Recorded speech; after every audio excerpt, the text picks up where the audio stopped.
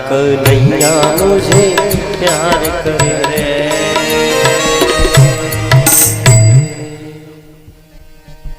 कथा 8वें स्कंद में चलनी है। गजेंद्र मोक्ष। गज माने हैं भैया जीव, वैसे हाथी, और ग्राह मगर यानी काल। और जीव आया है संसार में अपनी प्यास बुझाने के लिए। हाथी काहे को आया? प्यास बुझाने के लिए सरोवर में। अब ये हाथी है ना, ये जीव जैसे ही संसार में आया प्यास बुझाने के लिए, जन्म जन्म का प्यासा है ये, शांति का, सुख का, आनंद का, जन्म जन्म का प्यासा है। वैसे इसका काल ने पकड़ लिया पांव। तुम आओ काऊ को तो ना पकड़े, मैं तो पकड़ लो भैया, और दिनों रात खींच रो।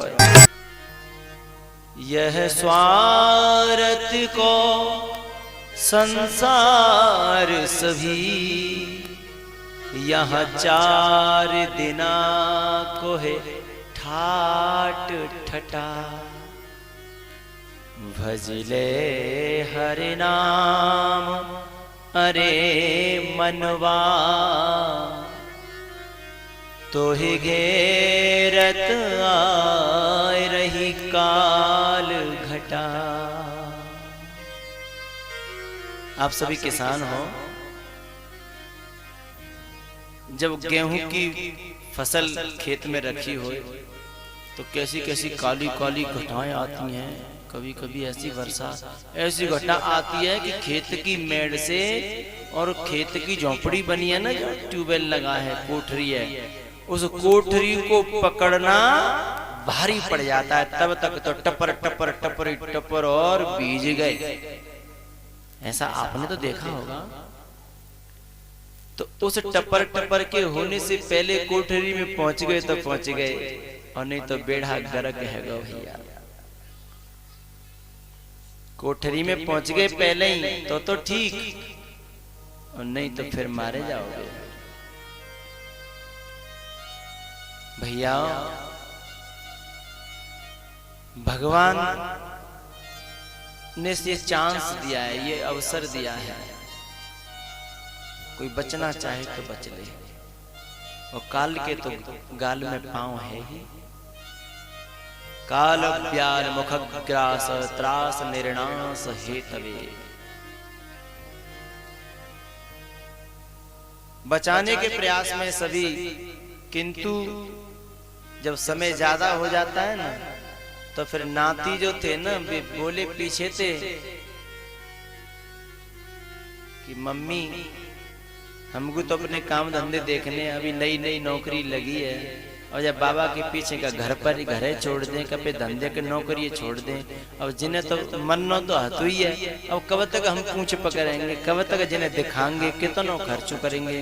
और खर्च पर्च की बात हो तो कछु देखे, अब ड्यूटी पे तो जानो, तो छोड़ करके फिर धीमे धीमे किनारा करने लगते हैं लोग।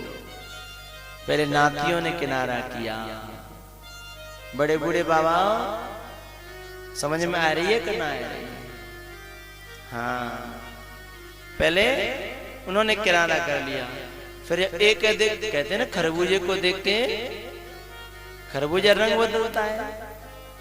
तो फिर नाती ने जब अपने पे संभाल ली ड्यूटी, तो बहुएं बोली कि हमारे तो घर में काम बिगड़ रहा है, हमारी तो बहुत धंधे हैं। एक एक करके छोड़वे लग गए। फिर बेटा भी चले गए और कह गए,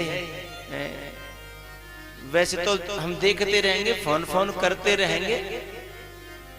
पिताजी खाट पे धरे हैं, पिताजी मरे हुए का खाट पे धरे हैं, काल के गाल में पांव है, खाट पे धरे हैं, सांस चल रही है। पर वो बिजनेस से कैसे छोड़े, नौकरी धंधे कैसे छोड़े? एक ही दिना में 10,000 को घाटो हैरो, तो कैसे? अब पिताजी के जीवित का कोई फायदा हैरो है? पिताजी तो सोच रहे भीतर ही भीतर कैसे भगवान मट्टी समेट ले तो कम से कम झंझट दे तो बचे।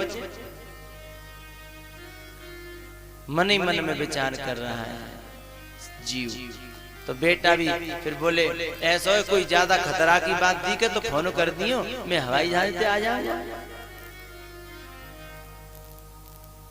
मैं हवाई जहाज से आ जाऊंगा, जरा बात करे तो फोन कर देना, और पड़ोस के डॉक्टर से कह जा रहा हूँ थोड़ी बहुत दवाई पाई देता रहेगा और ठीक है। ऐसा ये संसार का संबंध है। तो भैया जब बेटा भी चलने लगे तो पत्नी जो रह गई अकेली बेचारी, अब बागू ठौर कहाँ, पर जान तो सबको प्यारी होती है ना। वो बोली कि अब तुम तो जा ही रही हो, मैं तो अपना बेटन के नातिनी के सहारे तक कुछ और जी लूंगी, और फिर वैसे हूँ नातिनी खिला भी कोई हतना है, ताते मोगू तो छुट्टी दे दे। तब कहा बाबा ने कि ठीक है तेरी राजी, तो पे नातिनी खिला, हमारा तो जो होगा सो देखो जाएगा। अब रहेगा बाबा खाट पे अकेला, अब न कोई पास आता है, न कोई पूछता है झूठी सांचे को, कोई खबर नहीं लेता, सिवाय आंखों में पानी के जो आंसू है ना वो ढरकते रहते हैं। अब दुनिया वाले लोग कोई उसकी सुध नहीं लेता, और बेटा अपनी मस्ती में पंचायत कर रहे हैं और मकान बनवा रहे हैं, लेकिन बाबा को तो दो छाछ की रोटी है ना, उनको भी कभी कभी भूल जाते हैं। सुबह पहुंचाई शाम की भूल गए, शाम की पहुंचाई सवेरे भूल गए, और बाबा ज्यादा कहा सुनी करें तो बहू न के ताने और बुरी बुरी बातें, तो बेचारा चुपचाप का उतना भूखो रह जाए, का उतना खा ले। ये हाल है संसार का भैया। अब भगवान भी नहीं सुनता उनकी, कहते हैं कि भगवान अब कैसे हमारे कागज ने देख कहाँ तू दब का कागज हमारे कहाँ रह गए, कितने दिन आए। अब भगवान इसलिए नहीं सुनता है कि भगवान ने जवानी में कही थी कि तू मोह याद कर ले, तू मेरी बात सुन ले, तो बुढ़ापे में तेरी सुन लूंगा। तब तो भगवान की नहीं सुनी, संतन की नहीं सुनी, गुरु ने की नहीं सुनी, शास्त्रों की नहीं सुनी, तब हो सका, तब तो जोश था ना। अब भगवान नहीं सुनता कि जब तैन नहीं सुनी तो अब मैं ना सुन रहा हूं। मैंने कितनी कही, मेरे संत ने कितनी कितनी कथा में कही, बुरी बुरी अच्छी अच्छी, पर तेरी समझ में नहीं आई। तेरा तो जोश भरे हो परे हो ना जवानी को, तब तुझे कहाँ अच्छी लगती थी ये बातें। अब जब संसार के लोग, अब जब संसार के लोग जब साथ छोड़ गए, अब मैं तेरी मदद कैसे करूं बता। ऐसे बाबा, ऐसे बेचारे जीव का संसार में कौन है भैया। अवसर रहते रहते तुमने संभाल लिया अपने जीवन को, तो परमात्मा तुम्हारी सुन लेगा, और अवसर बिता दिया तो फिर दुनिया में कोई साथ देने वाला नहीं है। जीव को सब छोड़ गए, लेकिन भैया उस गज को, उस जीव को तो भगवान ने बचा लिया था। क्यों? अंतिम समय में भगवान की याद आ गई, लेकिन हमको तो अभी भी नातियों की ही याद आती है, क्योंकि ममता फंस गई ना, मोह बन गया ना। तो नातियों की याद, बेटाओं की याद, बहुओं की, अच्छा भले ही वे पूछें या न पूछें, वे भले ही गारी दें, पर नाती पटक लग गई तो बाबा के आंसू निकल आते हैं। जबकि जो नाती नहीं पूछ रहा है, नाती तो घास ही नहीं डालता, लेकिन बाबा का हृदय, बाबा की कोमलता, बाबा के आंसू निकल आते हैं। पता है क्यों? ममता ने घर बना लिया भैया। तो जीवन में परमात्मा को याद करोगे तो बच जाओगे, नहीं तो मारे जाओगे बुरी तरह से। आज उस जीव ने तो परमात्मा को याद कर लिया, इसलिए बच गए। भगवान ने टेर सुनी, क्योंकि सब संसार के लोग साथ छोड़ गए। आज जीव को, इस गज को ये याद आई कि दुनिया वालों से बैठे लगा दिल, अपने प्रभु को हृदय से भुलाया। कितनी नादानियां कर गए हम, अपने जीवन को उलझन बनाया।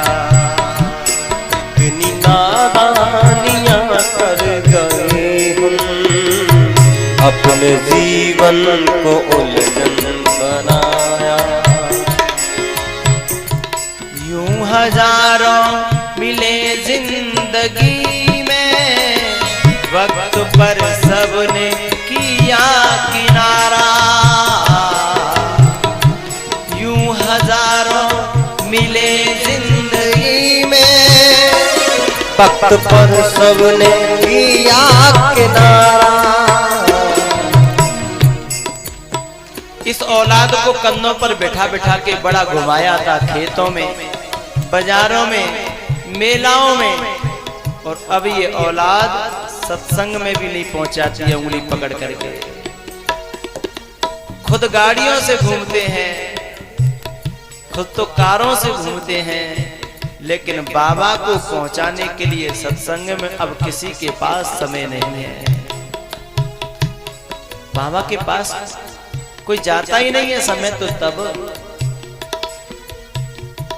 ऐसी दुनिया की जब याद आई, ऐसी दुनिया की जब याद आई, टूट कर रो पड़ा दिल बेचारा, टूट कर रो पड़ा दिल बेचारा।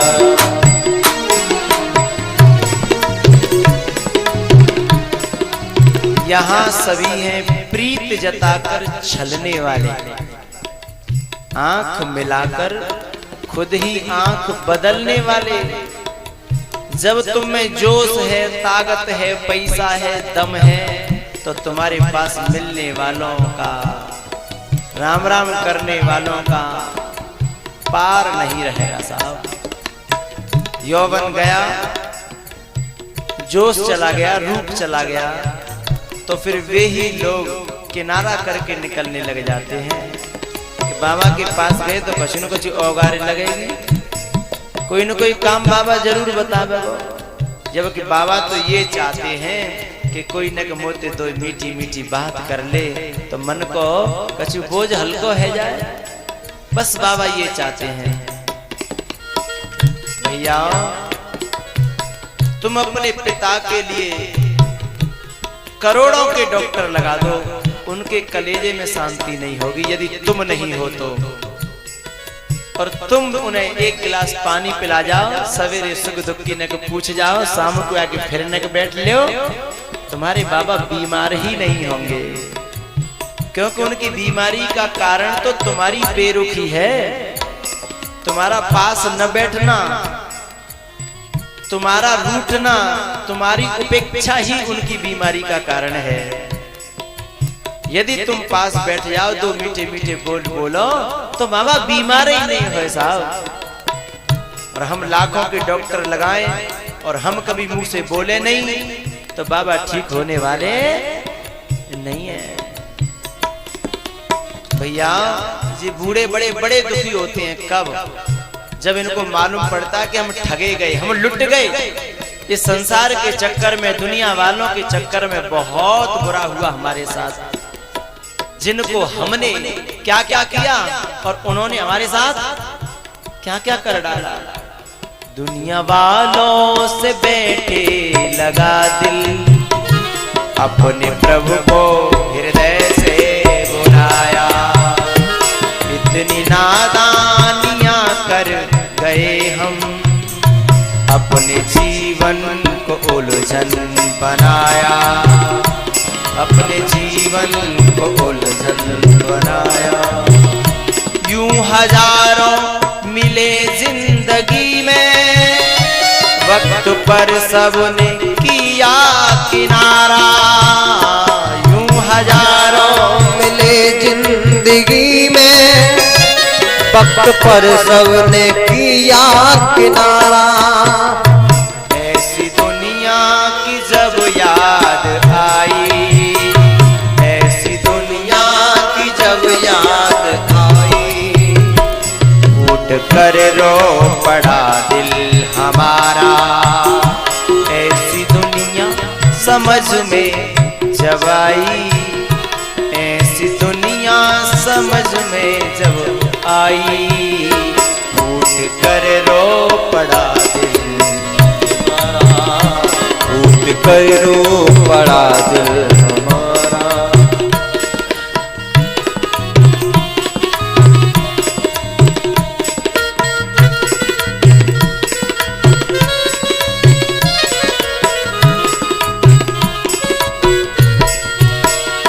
सम्मा बुझ जाएगी चलते चलते, सांस रुक जाएगी चलते चलते। सम्मा बुझ जाएगी जलते चलते, सांस रुक जाएगी चलते चलते।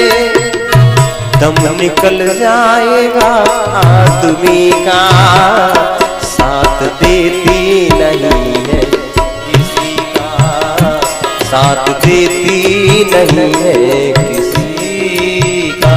क्या भरोसा है इस जिंदगी का, साथ देती नहीं है किसी का, साथ देती नहीं है किसी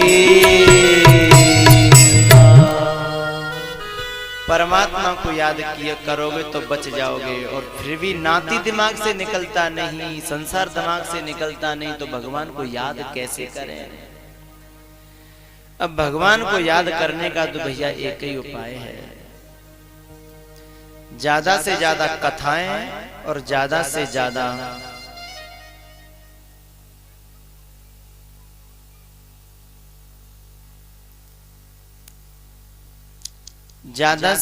कथाएं और ज्यादा से ज्यादा संतों का संग होए तो भले ये बात बन जाए, नहीं बात नहीं बनेगी।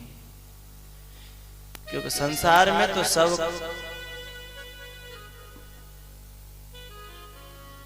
ममता बढ़ाने वाले और मोह बढ़ाने वाले लोग हैं। तो जितना है सके सत्संग, कथा और संतों का सेवन हो जाए तो बच जाओगे। दिनों रात सिर्फ ईश्वर याद आवे। अब देख, दुनिया को तो देख लिया, कोई कसर तो रही नहीं। दुनिया देख ली कैसी है, संसार देख लिया कैसा है, यार दोस्त देख लिए कैसे हैं, अभी भी कुछ बाकी रह गया है क्या? फिर इस मन को क्यों नहीं समझाते हो कि पागल, जब अब तक तैने पूरी जिंदगी खत्म कर दी, अब तक कोई तेरा मीत न बन पाया, कोई तेरा सगा न बन पाया, तो अब तू किसका सहारा देख रहा है? संकट में काम न आते कोई देता नहीं सहारा, तू उससे जहां ध्यान लगा ले, तेरी लाज रखे नद लाला। भैया उसने तो परमात्मा को पुकारा, फिर सारे संसार को देख लिया कि अब कोई साथ नहीं दे रहा, तो भगवान के कानों में आवाज पहुंच गई। सच्चे मन से आंसू भर भर कर रोया गज कि तेरे बिना कोई नहीं है रे, मैंने सारी दुनिया देख ली। और सच्चे मन से यदि टेर लगे तो भगवान सब कसूर भूल जाता है। बड़े बूढ़े हो, आपको तो अनुभव हो, अपनो बेटा कितनो कपूत होए, कितनो हूं दुष्ट होए, और बाप पे विपत्ति आ जाए और फिर सच्चे मन से तुम्हें पुकार ले, सच्चे मन से तुम्हें फोन कर दे, तुम मरवे गुधरे होए तो भी शायद बाकी मदद करवे। कांटी में तो शायद नहीं पहुंच पाएंगे, अर्थी में कस गए होंगे तब तो मजबूरी है।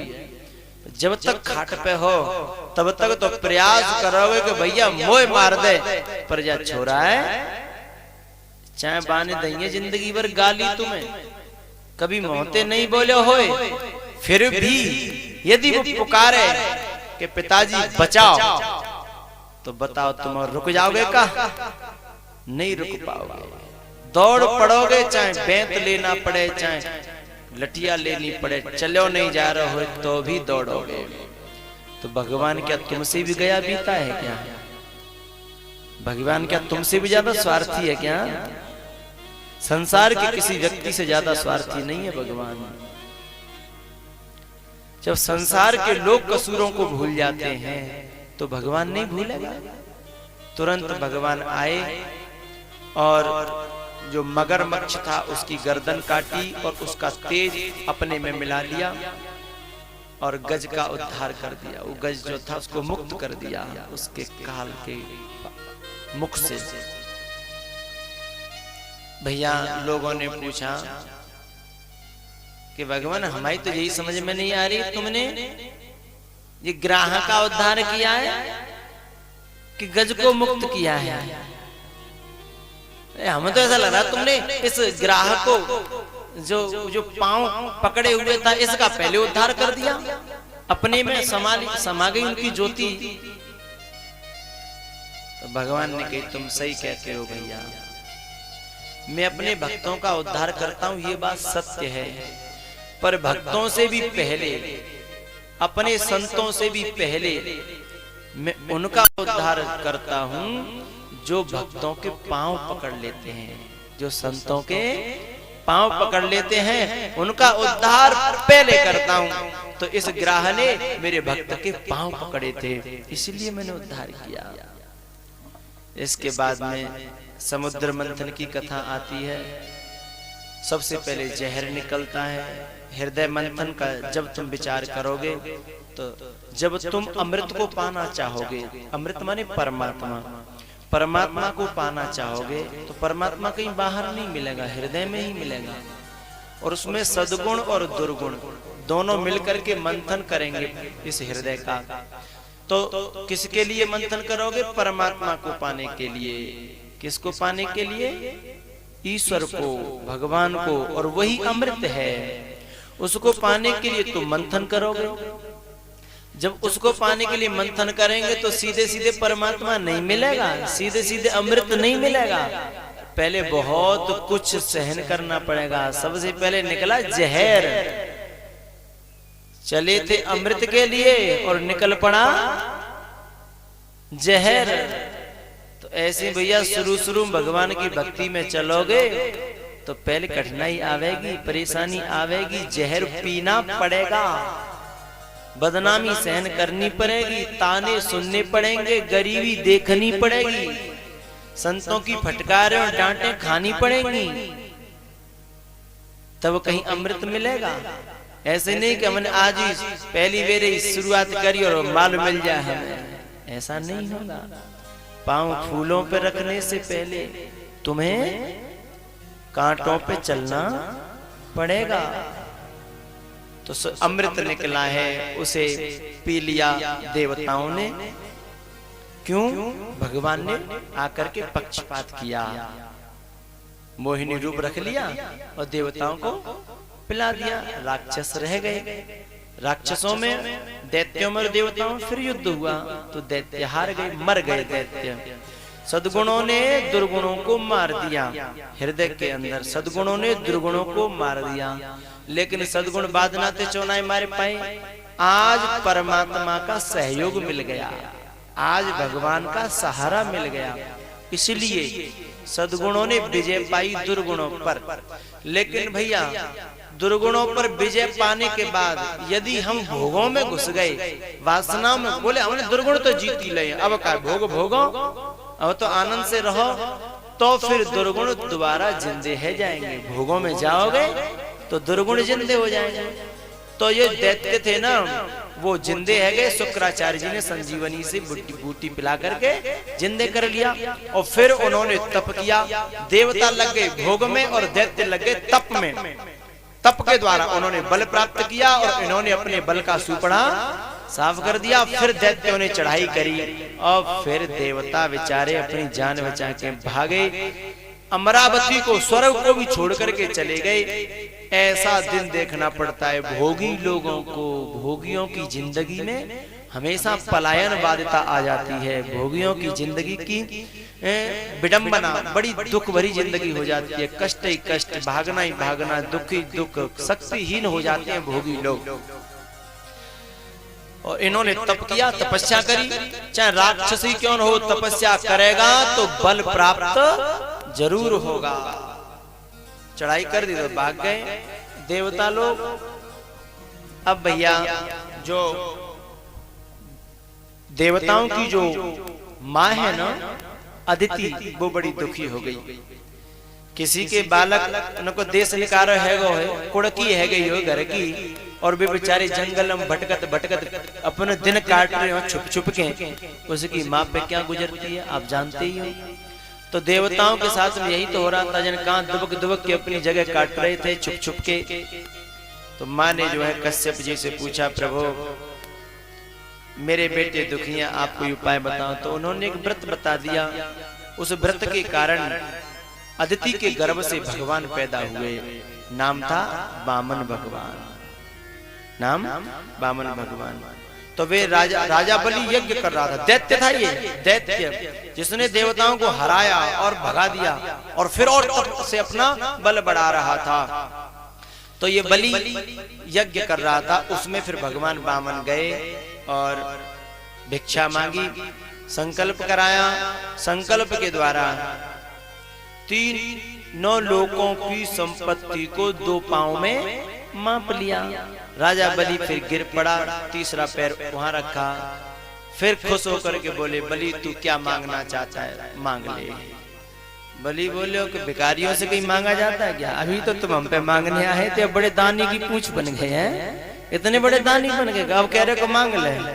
हम देना जानते हैं, हमने मांगना रहमन बेनर मर चुके जे कहूं मांगन जाए, तुनते पहले बेमरे जिन मुख निकसत ना। मैया हमेशा ध्यान रखो, घर पे कोई कछु मांगे आवे तो मना मत कर देना। पड़ोसी हो, अड़ोसी हो, कोई दूर को हो, कोई भिक्षुक हो, कोई भिखारी हो। और सुनो, घर में यदि तुम्हारे दूध हैरो हो तो दूध न दे सको काउए तो मठा तो जरूर देना। कोई नहीं मांगे तो भी कह के मठा का भी दान करना बहुत श्रेष्ठ है। मांगना बहुत बड़ी चीज है। तुम्हारे घर पे कोई जैसे तैसे तो मठा मांगे भाई आवे पड़ोस को आदमी, और बाऊ में तुम मना कर दो तो बहुत पाप की बात है। अरे जो मांगने आया उसे दिल से पूछो उसने कितनी हिम्मत करी है। मांगने वाले जाते हैं ना, हमने देखे हैं, वो ले जाएंगे ना कूलरी या वो जो भी होता है टिफिन, तो पीछे लटका के ले जाएंगे। पीछे शर्म लगती है ना, मांगना बहुत कठिन है। रहमन बेनर मर चुके जे को मांग न जा, पीछे लटका के ले जाएंगे वह कमंडल है। फिर चाची राम राम, वैसे कबू नहीं करे बेचारों पर, अब करनी पड़ेगी। राम राम करी, अच्छा लाला क्या बात है, कैसे आयो, तो कहने की हिम्मत नहीं होती। मांगना बहुत कठिन है भैया, हिम्मत नहीं होती। तो क्या करता है पता है, वो पीछे लटक रहो ना, कमंडल टिफिन कहते हैं, कुछ भी कहते हैं आप, उसको हिला के दिखाता है कि अच्छा अच्छा मठाले में आयो, हाँ आजा आजा। तो सुलक्षणी होगी तो वो तो कह देगी, और कोई वैसी भाई मोह भार तो चाहे भले ही भैंस को डारना पड़े, जय नहीं दूंगी चाहे कैसे हो। वो मैया ठीक नहीं है। जिन कौन के भागन तेरे यहाँ भैंस दूध दे रही है, जिन कौन के नसीबते, जिन्हें मठो मठा पी रहे हैं शायद भाई के भागते तेरे यहाँ दूध है रहो। तो मठा को तुम कह के अड़ोसी पड़ोसियों को जरूर दो, अपने पते बच कि यदि ज्यादा मांगने वाले आ जाए खुद को नहीं बचे तो भी दो। फिर देखो जिंदगी में तुम्हारे यहाँ कभी रूख नहीं होगी, तुम्हारे यहाँ कभी दूध की रूख नहीं होगी, हमेशा चलता रहेगा। और तुमने देना बंद कर दिया, अच्छा भैया जा कुआ में ते पानी खिंचतो रहेगो, बई में तो स्रोत फूटेगो। सही है क्या ना? जो कुआ में से पानी खिंचना बंद हो जाएगा, उस कुआ का पानी कुछ दिन बाद स्रोत तो पानी देना बंद कर देंगे, और जो भरा हुआ पानी है वो गंदा हो जाएगा। उसको फिर कुछ दिन बाद लोग छुएंगे भी नहीं। पीना तो बहुत बड़ी बात है। तो ऐसे कुआ बनो जो तुम में ते उफने के ऊपर जाए, जबरदस्ती दूसरे ने तुम देव, फिर देखो स्रोत अपने आप फूटेंगे, अपने आप पानी ताजा ताजा, नई नई लक्ष्मी, नए नए धन, नए नए घर में सब कुछ नया नया आएगा। बांटोगे तो वृक्षों पे नए पत्ते क्यों आते हैं? जो वो पहले पत्तों को दान कर देते हैं। पहले पत्तों को दान कर देंगे तो ही नए पत्ते आएंगे, और पहले दान ही नहीं कर रहे, पतझड़ हुआ ही नहीं, तो नए पत्ते आएंगे कैसे? जरा त्याग करके देखो भैया, त्याग करके देखो। मैं तो एक अपनी बात बता रहा हूं, बता दूं। हमारे ये जो संपर्क में जो लोग रहते हैं, हमारे अपने लोग, वे लोग हमसे, अरे बोले तुम तो, तुम्हारे पास जो कुछ आया चांद जिसको दे देते हो, हैं? हर आदमी को कोई कैसा भी आया लिया और उठा के दे दिया, ऐसे क्यों करते हो? मैं उनसे तो कुछ नहीं कहता, लेकिन मन में सोचता हूँ तुम बताओ मैं कैसा करूं? अरे बोले हिसाब से रखो, कभी बखत जरूरत पड़े, कभी काम पड़े। मैं तो भीतर सोचता हूँ कभी औलाद तो इतना समझ काम पड़े हो, कि मैं कोई मेहमान आ रहा हो, कब काम पड़े हो।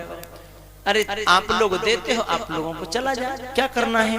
मन में मैं सोचता हूँ, लेकिन उनकी जो खुद की वृत्ति है ना संग्रह की, उनकी जो खुद की वृत्ति है संग्रह की, उसको वो प्रस्ताव रखते हैं। लेकिन मैंने देखा है क्या,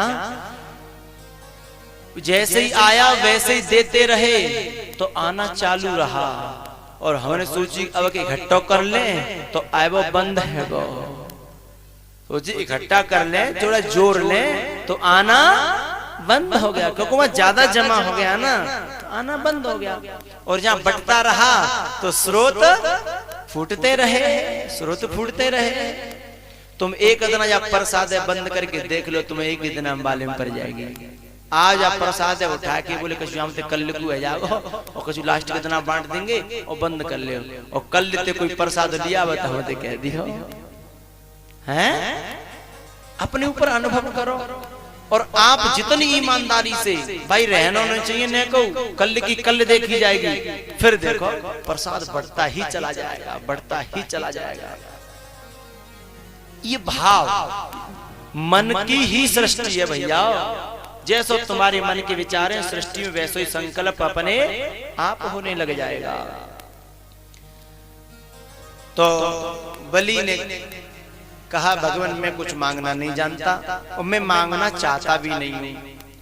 तब भगवान बोले तुम नहीं जानते हो, नहीं चाहते हो, तो पर मैं तो बिना दिए जाऊंगा नहीं, इसलिए तुम्हें स्वर्ग का राज तो मैंने इंद्र के लिए ले लिया है, लेकिन तुम्हें पाताल का राजा बना रहा हूं, राज दे दिया मैंने।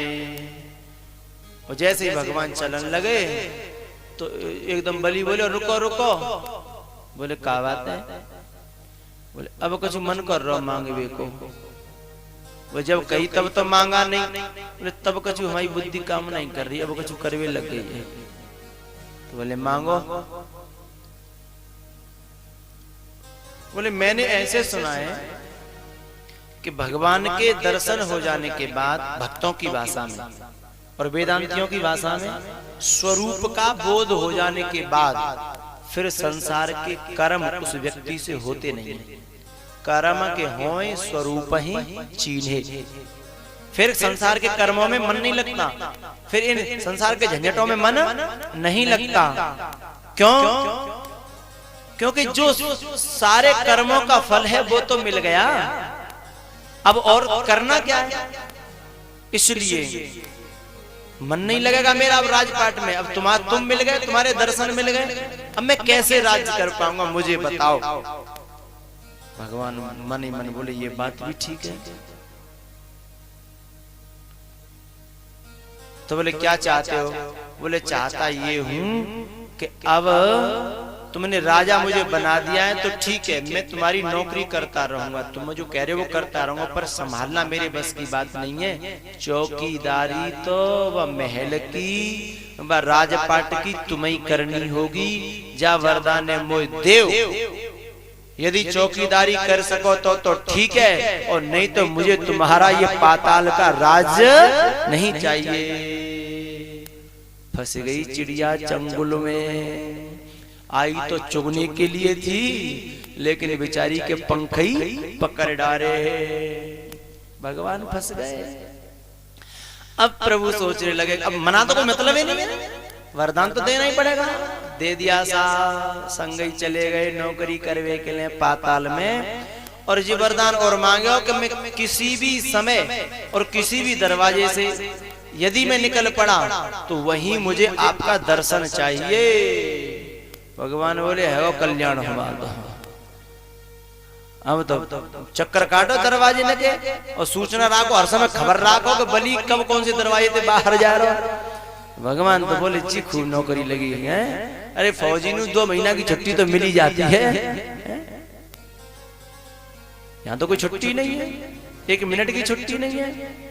भगवान बोले ठीक है। अब चौकीदार बन गए। एक आध हफ्ता बीत्यो, एक आध काफी समय बीत्यो और मां लक्ष्मी जी परेशान। अब तुम्हारे गांव के, तुम्हारे घर के या तुम्हारे, हाँ तुम्हारे, अब वे लेट अवेर है जाए सांझ को थोड़ी बहुत तो कितनी चिंता हो जाती है। वो फोन कर ले बंद, कितना कितना मामला गड़बड़ हो जाता है। और पूरी रात ही नहीं आवे तो फिर बहुत के तो हार्ट अटैक है जाए। और जी लक्ष्मी जी के तो ये तो रात फात का कई दिना बीत गए, हफ्ता बीत गए। अब पहले फोन तो इतना मजबूरी तो जी अब तो खटखटा देती है तुरंत ही, ये घर पे अलग मंगा के रखती हैं, एक यहाँ घर पे धरो। तो अब भगवान परेशान इधर और लक्ष्मी परेशान उधर। तो उस समय का जो मीडिया पत्रकार वर्ग, नारद जी थे, पर नारद जी कथा में विक्षेप नहीं करते थे, कथा में कोई गड़बड़ी नहीं करते थे, वो अपने हिसाब से अपनी मीडिया लगाते थे और कहीं सोने में सुहागा ही कर देते थे। ऐसा नहीं। नारद जी पहुंचे लक्ष्मी जी के पास में, राम राम राम श्याम श्याम भाई। तो लक्ष्मी जी बोली तुम्हारे इंतजार कर रही है। बोले क्या बात है, बेग खो गए हमारे। तो नारद जी बोले वो तो हमसे पूछो, हम बता दें। बोले बताओ। बोले बिना की लग गई है नौकरी। नौकरी? बोले सारा जगत उनकी नौकरी करता है, वो किसकी नौकरी करेंगे? बोले बिना क्यों कक्का बैठे दुनिया में भाई, नौकरी लग गई है। बोले कैसी है? प्राइवेट है कि लिमिटेड है कि सरकारी है? बोले जिन सबसे ऊपर। इन सब में तो रिटायरमेंट भी होता है, पेंशन भी हो जाती है और छुट्टी भी मिल जाती है। वहां न तो रिटायरमेंट, न पेंशन और न छुट्टी। तो ऐसी नौकरी को मैं क्या करूंगी, मुझे नहीं करवानी है। बोले तुम्हें पूछी कौन है? तुम मना करने का अधिकार तुम्हें कोई पूछे तभी तो दोगी, वहां तो कोई पूछा ताछी नहीं है। नहीं बाबा ऐसे नहीं चलेगा, ऐसे हम नहीं मानेंगे। बोले तो बोले हमको नौकरी नहीं चाहिए, हमारे तो छुड़वा दो नौकरी। मैं छूटती भी नहीं है। तो बोले बाबा कोई उपाय बताओ। बोले एक उपाय है, लक्ष्मी तो कह रहे हैं जगत की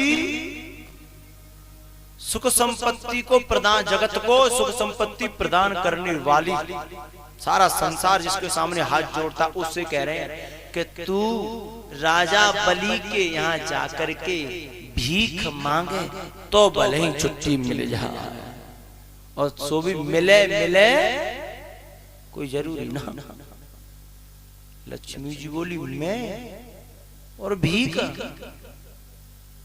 तो बोले बैठो घर, फिर कहा ना भीख नहीं मांगनी तो बैठो आराम से करो मौज। नहीं बाबा देखो ऐसे नहीं। बोले उपाय बताओ ऐसा को भीख नहीं मांगनी पड़े और काम भी बन जाए। तो बोले ऐसा है, एक उपाय बता रहा हूं, तुम्हें मांगना नहीं पड़ेगा। सावन को महीना आ रहा है और तुम चले जाइए बलि के यहाँ राखी लेके, और राखी बांधोगी तो बलि अपने आप कहेगा कि बहना कचू ले, तो तुम्हें मांगना नहीं पड़ेगा और तुरंत कह देना कि हमारा चौकीदार है दे हो, सही काम बन जाएगा। लक्ष्मी बोली हाँ ये बात ठीक है। ये बात सावन का महीना इंतजार करती है, और सावन का महीना आया, लेकर के राखी और चली है लक्ष्मी, जगत की अधिष्ठात्री देवी आज भारत के इस भूमंडल पर उतर करके आई है। मेरे भारत में ऐसे ऐसे लोग, ऐसे ऐसे दानी, जिनके यहाँ लक्ष्मी भी आकर के भीख मांगती है। ये मेरे भारत की महिमा है। लक्ष्मी उतर करके आई है, राखी लेकर के आई है, और राखी के बंधन को मेरा भारत निभाना जानता है, और कहीं तो राखी है ही नहीं। बहना तेरी लालो, सावन का महीना जब आता है तो तुम्हें फिर न ससुराल अच्छी लगे न कोई विदेश अच्छा लगे, उस समय तो एक ही चीज अच्छी लगती है, अपनी मैया को आंगन और अपने भैया को हाथ। दो चीज अच्छी लगती हैं, मैया को आंगन, अपनी जन्मभूमि के हरे भरे मैदान, और वे अमुआ के पेड़ जिन पे झूला।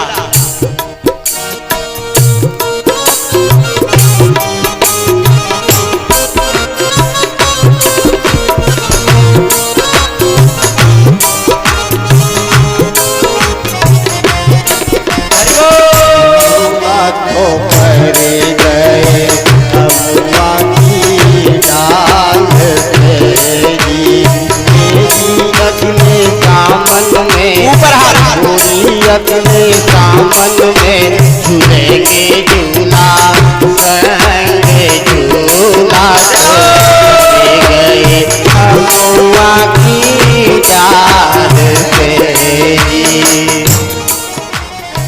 भैया मेरी प्रार्थना है आप सबसे, अपनी बेटियों को जब कोई अपना लाल देखो, अपनी बेटियों के लिए कोई लाल देखो, तो सबसे पहले ये बात देखना कि वो धार्मिक है कि नहीं। कभी कभी बेटियां इतने बुरे घरों में चली जाती हैं कि सावन के महीना में भी बेचारी भैया के हाथ के लिए और माँ के आंगन के लिए और अपनी सहेलियों से मिलने के लिए तरस जाती हैं। चाहे करोड़पति घर हो, चाहे अरबपति घर हो, ऐसा घर का एक काम को बिटिया सामन में अपना घर नहीं देख पावे, अपनी माँ के गले न लग पावे, अपने पापा से मन भर के बात न कर पावे, ऐसो अरबपति खरबपति घर जेल है जेल। जब घर देखो तो चाहे भले ही न कि छोटा हो, पर परंपराओं को मानने वाला, धर्म को मानने वाला, संतों को मानने वाला घर होना चाहिए। और भैया यदि कोई घर तुमने ऊंचा देख लो और उसमें संस्कार गलत हैं, आधुनिक संस्कार हैं, तो फिर जिम्मेदारी तुम्हारी है। सावन के महीना में तो बेटियों को बुला ही लिया करो। भैयाओं की जिम्मेदारी है कि सावन में तो बहनों को बुला ही लेना चाहिए। और भैया एक बात बताऊं, एरी लालियो, तुम सावन में आओ करोगी कि कथा हेवे पे आओ करोगी? बहुत सी ऐसी बेटी है जामे, बहुत सी का मुझे सभी से लग रही है। एक बेर को सावन मत बुलाओ, पर कथा होए तब तो हमें बुलाए लियो। कौन कौन राजी है जा बात में हाथ ठाड़े करके बताओ, नीचे कर ले।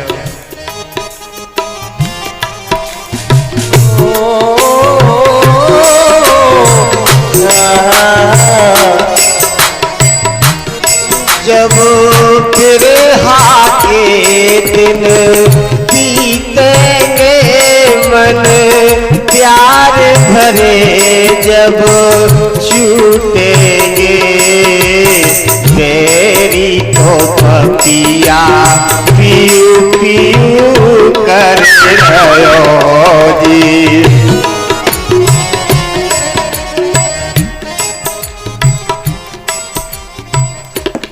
जब छोटे छोटे से थे ना तो हम झूला में झोटा दिया करते थे। झोटा जान दिया, और रस्सी बांध देते थे ऊपर और ऐसे खींचते थे, ऐसे छोटे छोटे से हमारी बहना है, बड़ी बड़ी बहना है, हमको बुला ले, आओ तुम झोटा देना और हम झूलेंगे। हम झोटा देते थे, फिर वो गीत गाती थी सावन के बड़े सुंदर सुंदर फुहारों के, घोटुन घोटुन बाजरो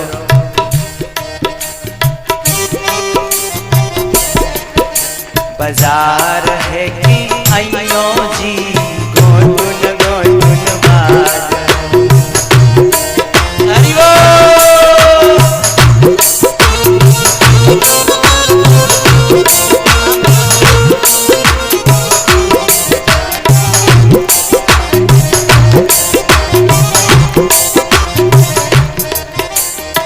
भारत का रहने वाला हूँ, भारत की बात सुनाता हूँ। ऐसी परंपराएं, ऐसे नियम दुनिया के किसी कोने में नहीं है प्यारियों, ये भारत ही ऐसा है प्रीत जहाँ की रीत सदा, मैं गीत वहाँ के गाता हूँ। भारत का रहने वाला भारत की बात सुनाता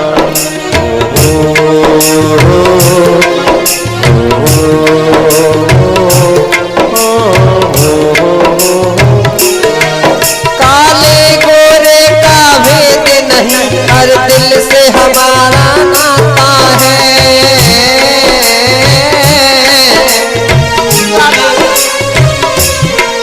जहाँ राम अभी तक है नर में, नारी में अभी तक सीता है।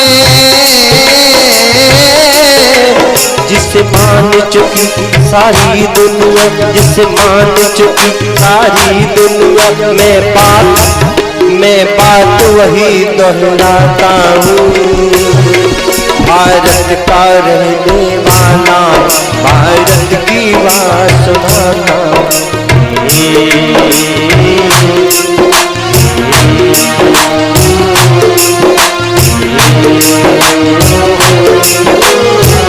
भारत माता की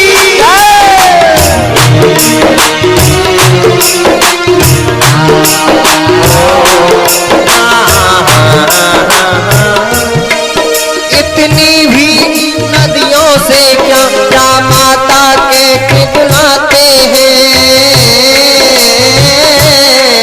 गंगा मैया, यमुना मैया की, गंगा मैया की। इतना आदर इंसान तो क्या पत्थर भी पूजे जाते हैं।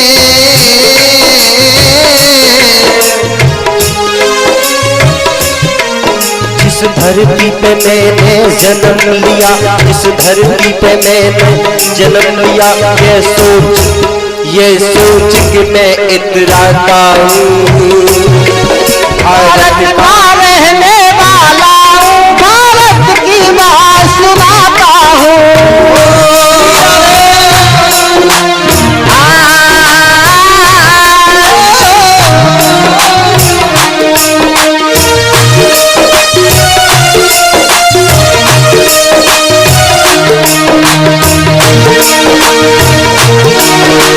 प्रीत जहाँ की रीत सदा, है प्रीत जहाँ की रीत सदा, मैं गीत वहाँ की गाता हूँ। भारत का रहने वाला हूँ, भारत की बात सुनाता हूँ।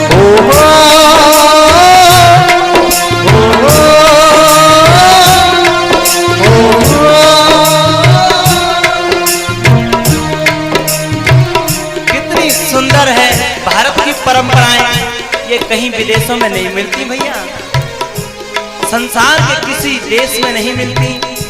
ये परंपराएं, ये संस्कृति, ऐसे बंधन प्यार के, वासनाएं तो मिल सकती हैं, कामनाएं तो मिल सकती हैं, भोग तो मिल सकते हैं, लेकिन पवित्र बंधन प्यार के, भाई बहन का संबंध, माँ बेटे का संबंध, अनेक संबंध, ये परंपराएं हैं।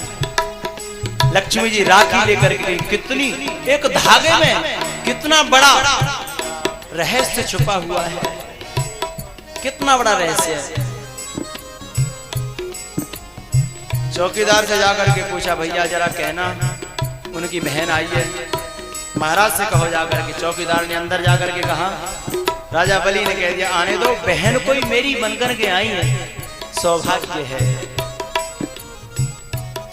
राजा बलि से मुलाकात हुई, उसने राखी दिखाई। बलि ने कुछ पूछा विचारा नहीं, सीधे अपना हाथ कर दिया और राखी बांध दी। भैया मेरे राखी के बंधन को निभाना, भैया मेरे राखी के बंधन को निभाना, भैया मेरे छोटी बहन को ना भुलाना। भैया इस धागे की लाज रखना। बहन, संसार की संपत्ति तो तुच्छ है, शरीर प्राण जो चाहिए, क्या परंपराएं हैं अपनी, एक धागे पर कुर्बान।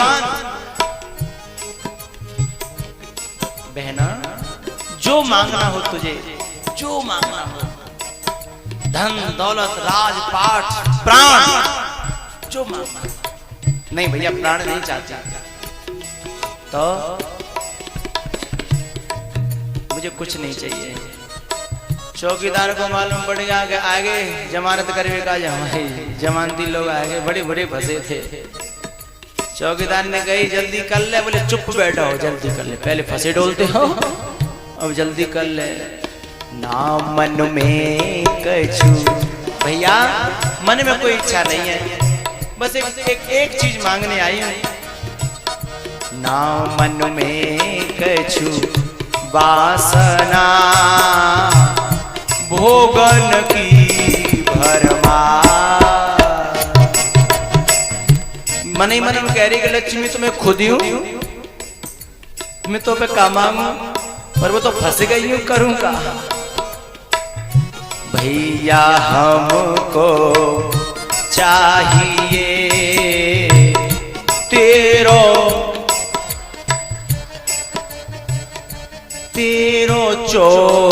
चौकीदार। भैया बोले, चौकीदार कोई आई है बस। लक्ष्मी जी बोली, अभी माले मनाए, कौन से चौकीदार ले भी आई है, ताते कह रहा हूं बस से। चौकीदार, अरे सुनो मंत्री, इनको मेरी बहन आई है ना, इनको 2 4 6 10 20 50 100 200 500 1000 जितने चौकीदार चाहिए दे दे। लक्ष्मी जी बोली, नहीं नहीं, बे चौकीदार नहीं। तो बोले, बाहर भाई नहीं। अच्छा मंत्री, भीतर के चौकीदार जिन्हें दिखाई दे। बोले, नहीं नहीं।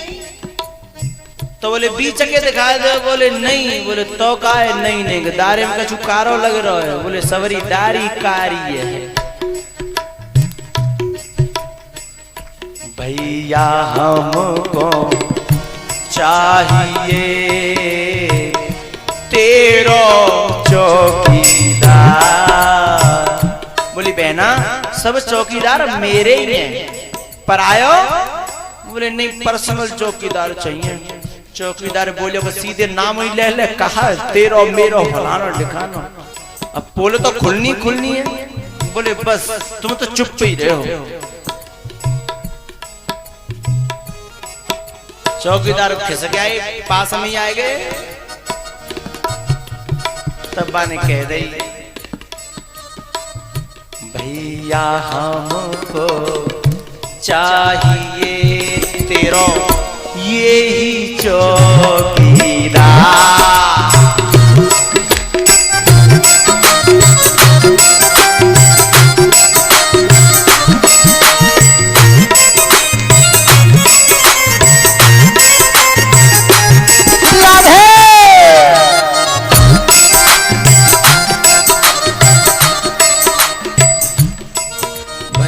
देखी, बोले, ओहो ये चौकीदार, तो भैया पसीना आएगा। बोले, जी चौकीदार तो तब मिलो जब सब कुछ मैं खोए बैठे हूँ। ये चौकीदार तब सब कुछ निछावर कर दिया तब मिला है। बोले बहना बहना जो बुरो मान चाहे भलो मान पर जी चौकीदार देवे लायक।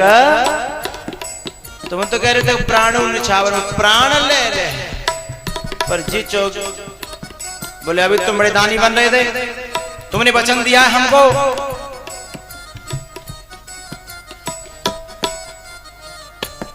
अभी तो भी वचन दिया है। राजा बलि बोले ऐसे वचन में लगो आग, ऐसी होरी में लगे जाए आगे, ऐसे वचन में आग लग जाए। हमें ऐसा वचन ना निभानो, हम भले ही कोई दुनिया हमें झूठा कहे चाहे कोई कचू कहे, पर हम जा चौकीदार है। लक्ष्मी बोली जो तो फंदा कर रो, ये तो कर रो फंदा किसी को तो ज्यादा रगड़ भाई। तब बलि बोले कि सुनो ऐसा तो कर सकता है, जब चौकीदार में तो कर ले आदो आदो चौकीदारों को पसीना छूट गो। बोले आदो आदो। लक्ष्मी जी तो बोले हाथ जोड़े के एक लम कोई करियो कि तो करे तो आधे आधे हमारे तो पैसे। भैया बोले आदो आदो कर सकते हैं, पूरा पूरा नहीं। लक्ष्मी जी बोली आधा कैसे हो जाए, ऐसा करियो 6 महीना तुम्हारे पास और 6 महीना जाते ज्यादा। अब कोई गुंजाइश, अब बेचारी लक्ष्मी बात माननी पड़ी, क्या करे मुंह को और न तो गुठो, फिर क्या करे। उस दिन से भैया बंटवारा हो गया भगवान का भूलोक पर और पाताल लोक पर। इसीलिए तो ये बंद हो जाती है वो चाई माई। चाई माई जानते हो? नहीं समझेगा, नहीं समझे बावड़ से लियो, समझो कहां थे।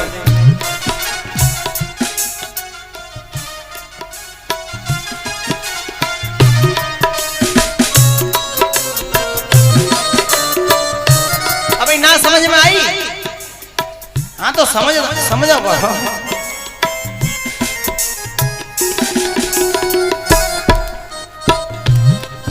तो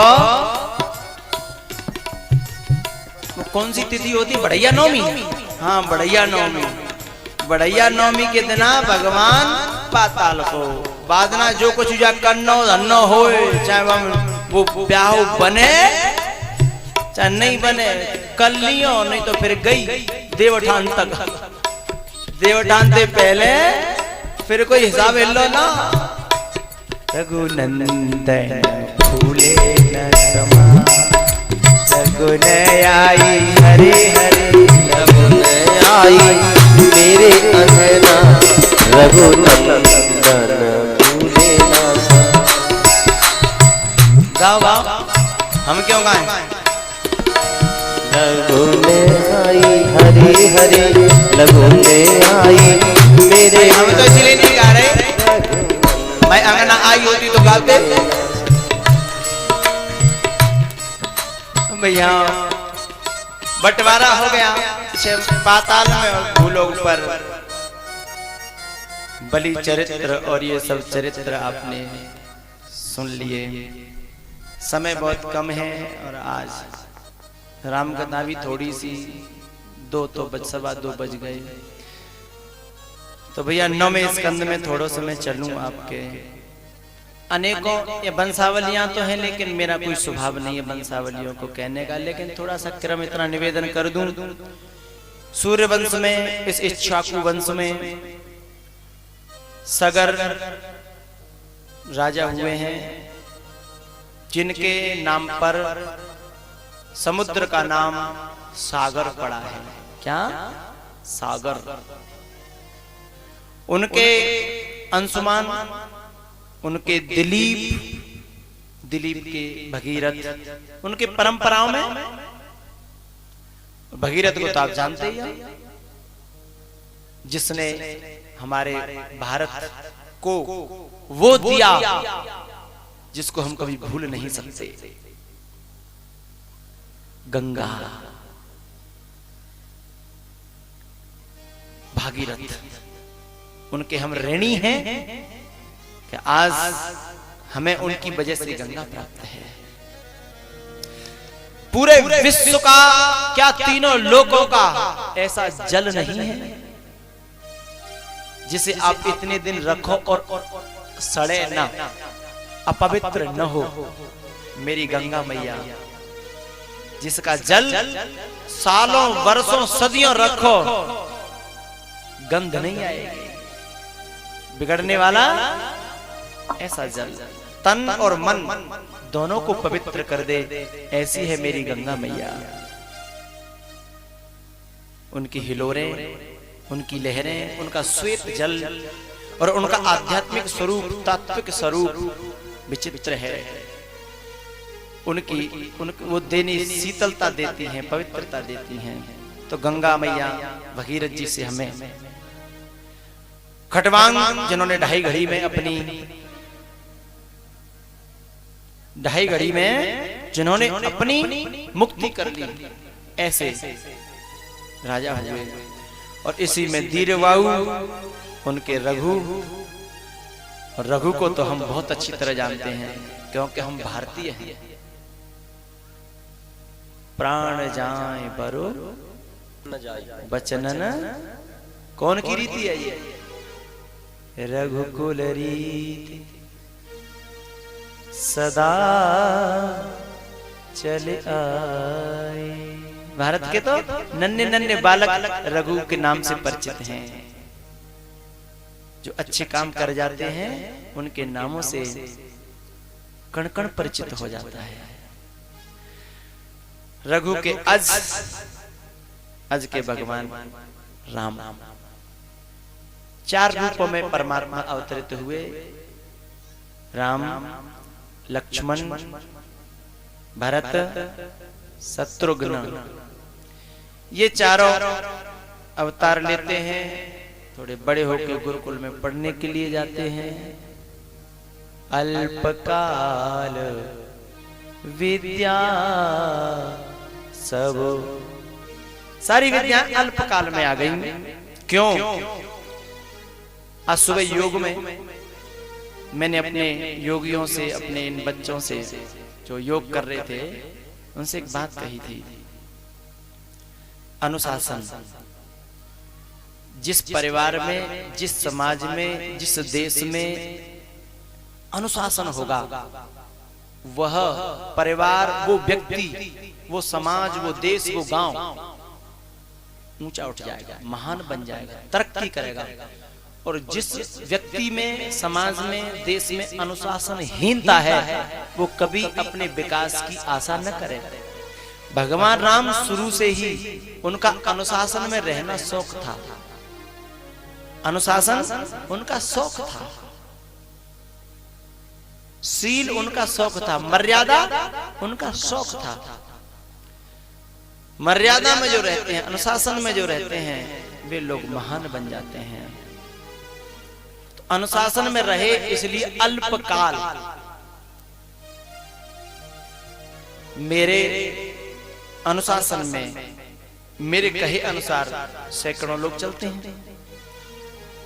उनमें कुछ लोगों को बरसों लग जाती हैं और कुछ लोग महीनों में ऊंचे उठ जाते हैं। क्यों? कुछ लोग अनुशासन में रहने का ढोंग करते हैं और कुछ लोग हकीकत में मन से अनुशासन में रहते हैं। इसमें शरीर की नजदीकी जरूरी नहीं है, शरीर की नजदीकी जरूरी नहीं है, वो मन से नजदीक रहते हैं और सिद्धांतों को और संत के मन की बातों को अपने जीवन में ज्यादा से ज्यादा अपनाने का प्रयास करते हैं। वे महान बन जाते हैं, सालों में नहीं, महीनों में, महीनों में भी नहीं, हफ्तों में। और कुछ लोग बरसों नहीं, 20 10 वर्षों रहने के बाद में भी वहीं रह जाते हैं। क्यों? मन उनका अनुशासन में नहीं होता।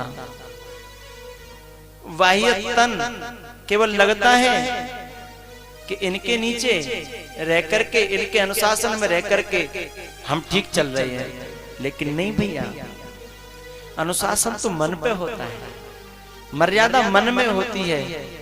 यदि मन में मर्यादा नहीं है और तन से हम मर्यादित होने का, बनने का दिखावा कर रहे हैं तो कुछ दिन चलेगा, ज्यादा दिन नहीं चलेगा। और विकास की तो आशा ही मत करना। लांछन संत को मत देना, लांछन सदगुरु को मत देना। जिम्मेदार आपका मन है, जिम्मेदार आपकी वासनाएं, आपका स्वयं का दिल। हाँ, मन समर्पण स्वीकार कर ले, मन अनुशासन स्वीकार कर ले तो संसार की वासनाओं की तो बात छोड़ो, संसार की इन विपत्तियों की तो बात छोड़ो, दुनिया की बड़ी से बड़ी शक्ति भी आपका बालवांका नहीं कर सकती। विश्वास कोई चीज है, श्रद्धा कोई चीज है, लेकिन मन से हो।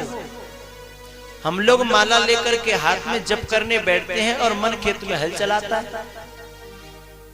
हम माला लेकर के हाथ में और जप करने बैठ जाते हैं आसन पर, और मन हमारा जो है ना आगरा के बाजार में घूमता है। तो कितना फल मिलेगा? कि निष्फल तो नहीं जाएगा। माला का जप आप मन लगे या न, निष्फल तो नहीं जाएगा, लेकिन क्या उतना फल देगा जितना देना चाहिए?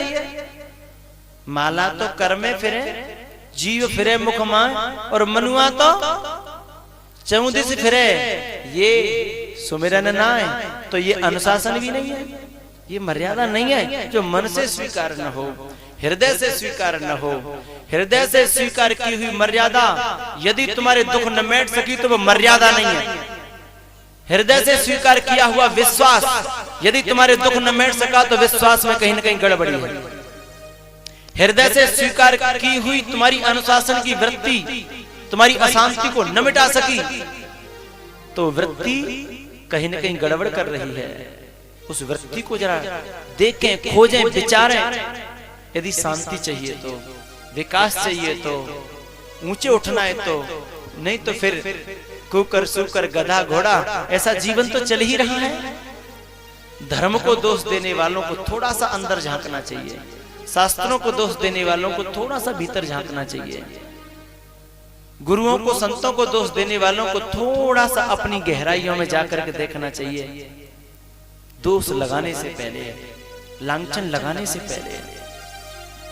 तो अल्पकाल विद्या सब पाई, भगवान ने मर्यादित रहना सीखा, अनुशासन में रहना सीखा, बड़ों की हर बात को जीवन में अपनाना सीखा।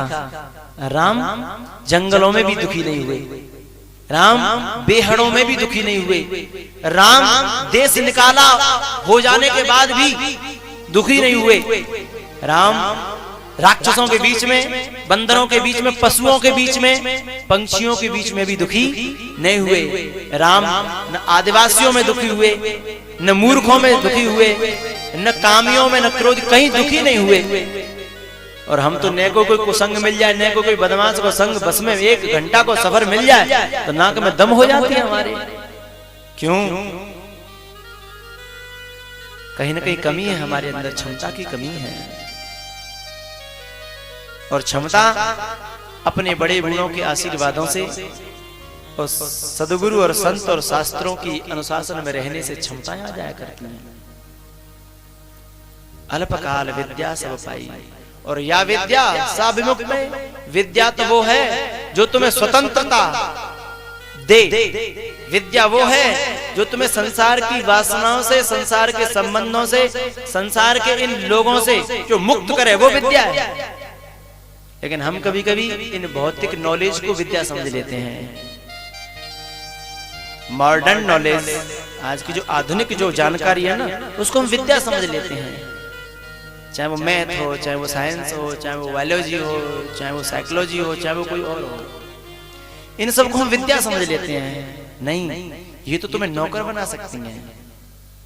क्या बनाती है? पढ़ने के बाद क्या बनते हो तुम? नौकरी तो देखते हो, भर्ती तो देखते हो, नौकर बना सकती हैं, शहंशाह तो नहीं बना सकती। तुमको गालियां सुनाने के लिए तुम्हें दास तो बना सकती हैं, दास्तां दे सकती हैं, तुम्हें शहंशाह नहीं बना सकती, तुम्हें राजा नहीं बना सकती, तुम्हें महाराज तो नहीं बना सकती।